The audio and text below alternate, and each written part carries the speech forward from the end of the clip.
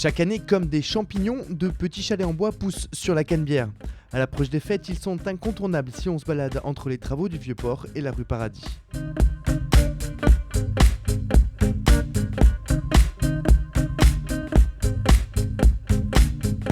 D'un côté, près du Carrousel sur la place Charles de Gaulle, une trentaine de centonniers se sont donné rendez-vous dans la capitale centonnière pour la 210e édition de la célèbre foire.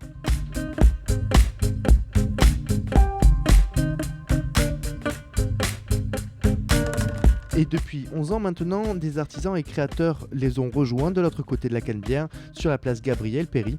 Ici, on y trouve bon nombre d'exposants et d'idées cadeaux, entre bijoux, savons, décorations, céramiques, peintures, bougies, objets en bois, biscuits ou encore chocolat.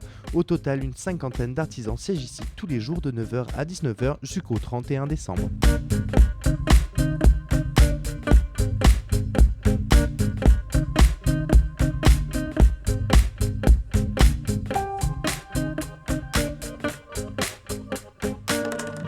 Je sais pas, moi c'est la première fois que je viens et franchement je trouve qu'il y a du bel artisanat. Ah ben c'est la fête, c'est la féerie, j'aime beaucoup l'ambiance, les santons, la Provence. Enfin pour moi ici voilà, c'est la Provence. Hein. C'est de trouver des petits cadeaux de Noël sympas pour toute la famille, de manger aussi les spécialités du pays, mais là j'en ai pas trouvé grand chose dans ce marché de Noël là, je suis un peu déçu quand même.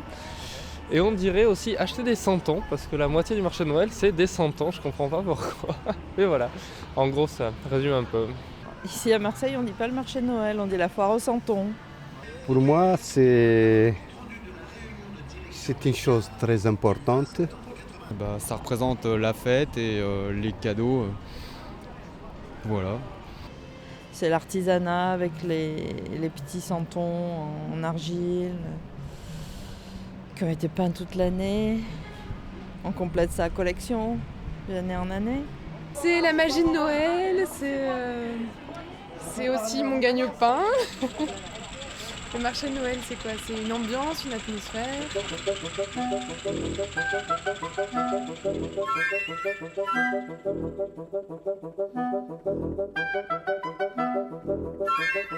Les premières traces de marché de Noël remontent aux alentours de 1434 en Allemagne, sous l'appellation de marché de Saint-Nicolas.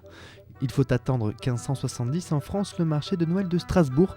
De là, la tradition s'étend dans tout le pays jusqu'en Provence, où elle rencontre un véritable succès avec la vente des fameux santons.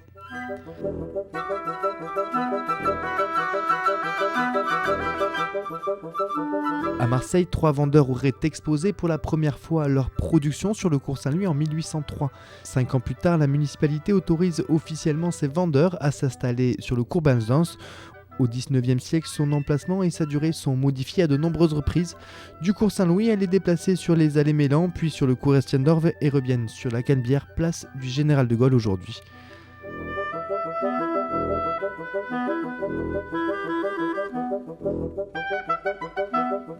Un important renouveau considéré comme commercial a eu lieu dans le milieu des années 1990. De nombreuses villes d'Europe ont instauré leur propre marché de Noël avec leurs chalets et parfois même des attractions.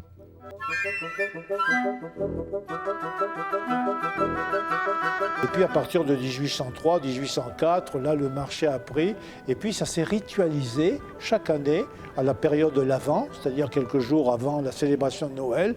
Les Marseillais vont reconstituer la crèche, l'arbre de Noël et c'est une tradition qui se maintient. Volance, nolance, avec plus ou moins de ferveur. Alors maintenant, évidemment, ça n'a plus rien à voir avec... Aujourd'hui, il y a toute une publicité, c'est commercialisé. On voit dans les santons des personnages qui n'ont rien à faire, d'ailleurs, dans une crèche, comme Fernandel, comme Marcel Pagnol, comme des acteurs de cinéma, etc. Mais tout ça a dérivé un petit peu sur l'aile de la publicité, de la médiatisation commerciale. Mais le substrat, le terreau demeure, c'est-à-dire que c'est toujours la crèche, la représentativité de la fête de la nativité. Même si les crèches traditionnelles provençales sont pleines d'anachronismes dans leurs personnages, les Provençaux ont en effet créé autour de la représentation de la nativité tout un petit monde de personnages empruntés à leur vie familière, faisant ainsi renaître Jésus en Provence. Aujourd'hui, cette foire au Santon ne manque pas d'originalité avec des personnages empruntés aux grandes figures contemporaines. Bon, il n'y a pas grand-chose, il y a notre Fernandel dans Don Camillo qui est un peu incontournable. Ça représente vraiment Marseille, disons, vraiment Marseille. Parce que c'était des personnages de chez nous, quoi. Ça, c'est vraiment les amateurs qui aiment Fernandel ou qui aiment Van Gogh qui achètent ça, quoi. C'est pas pour mettre dans une crèche, quoi, qu'on peut les mettre aussi, hein. Il n'y a pas d'interdit.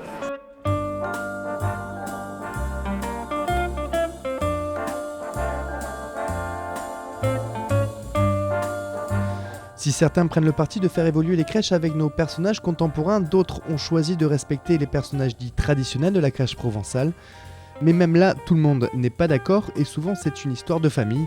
Et parmi une trentaine d'exposants santonniers, on retrouve deux Carbonel.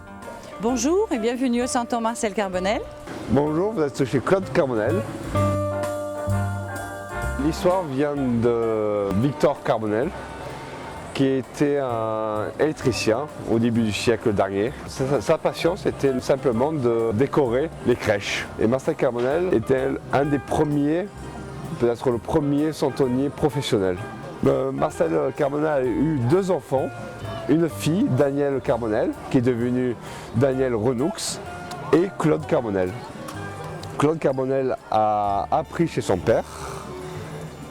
Il est parti faire l'armée. Et en rentrant de l'armée, il a créé sa propre boîte en 1966. Et il a pris la décision de changer et de partir sur des santons habillés. Enfin, peu importe comment est fait et que représente le santon, l'objectif reste le même, lié à la magie de Noël, et là, la tradition est toujours présente, et ça depuis plus de 200 ans.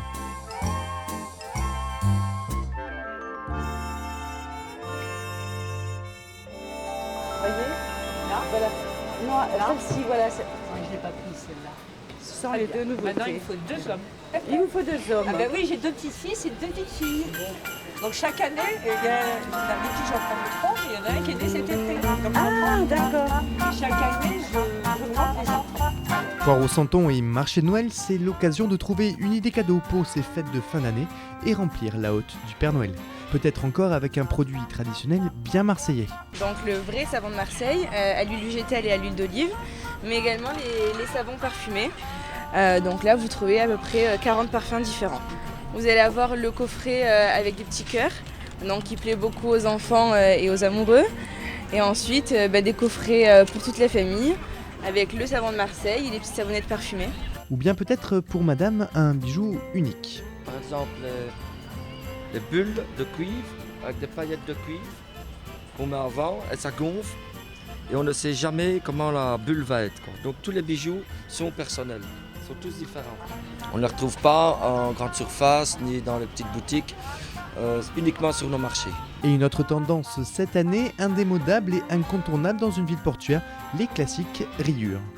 C'est assez à tendance, ouais. Qu'est-ce qu'on trouve comme type d'article rayé chez vous? On démarre à la naissance du body, modèle body, comme ceci, jusqu'à l'adulte, robe pour petite fille également. Et après de la veste, polaire, capuche, on a un large choix. C'est le produit à mon avis adéquat pour une ville comme Marseille, quoi. Malheureusement, cette année, le marché de Noël et sa magie est un peu gâché à cause du temps gris et de la pluie. En tout cas, pour les week-ends à venir, on leur souhaite une météo bien plus clémente.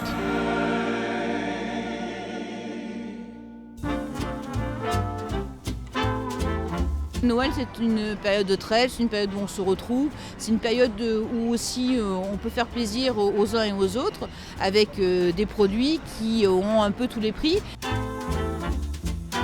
Vous avez des gens des quartiers qui viennent dans le centre faire leurs courses. Vous avez des touristes, puisque vous avez énormément de touristes qui viennent régulièrement sur Marseille pendant cette période hivernale. Ils viennent spécialement pour la foire au Santon qui qui attire beaucoup de monde puisque c'est vraiment une particularité provençale, hein, le Santon de Provence. Et puis après, vous avez peut-être vu l'ensemble des travaux que nous faisons. Donc cette année, on est un petit peu contraint au niveau de l'espace. Donc on ne peut pas rajouter un nombre d'artisans énorme. Mais j'espère que l'année prochaine, nous allons être sur le Vieux-Port. Pour l'année de la culture 2013, on va mettre en avant les artisans et on va essayer de faire un grand marché de Noël au niveau artisanal, ce qui permettra aussi aux Santoniens d'avoir encore plus de place et de pouvoir aussi montrer leur art.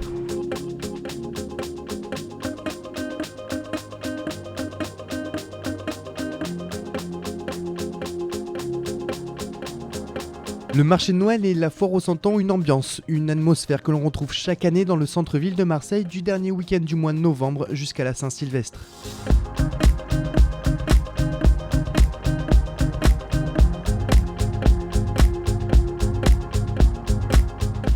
Ici, produits régionaux et souvent de tradition provençale mêlés aux artistes santoniers entraînent les chalands à se balader dans les allées d'un marché malheureusement peu fréquenté à cause d'un contexte économique difficile et d'un temps froid et pluvieux. En attendant peut-être encore un nouveau déplacement de ce marché l'année prochaine, mais sur le Vieux-Port cette fois-ci, une situation qui devrait être plus rentable pour les commerçants et augmenter leur fréquentation, et enfin redonner à cette tradition vieille de plusieurs siècles les couleurs heureuses des fêtes de fin d'année, et retrouver la magie, le véritable esprit de Noël autour du partage, de la générosité et de la convivialité.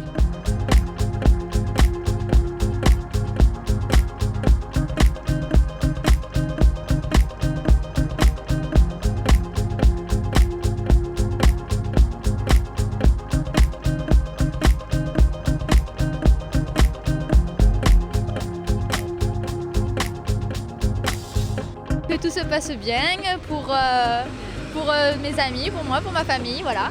Moins de misère. Juste du bonheur. Que ce soit pas la fin du monde. Bonne journée. Tout le monde parle de la fin du monde, j'espère qu'on va pouvoir vivre un peu plus longtemps quand même. Que les gens qui se sont engagés tiennent leurs promesses.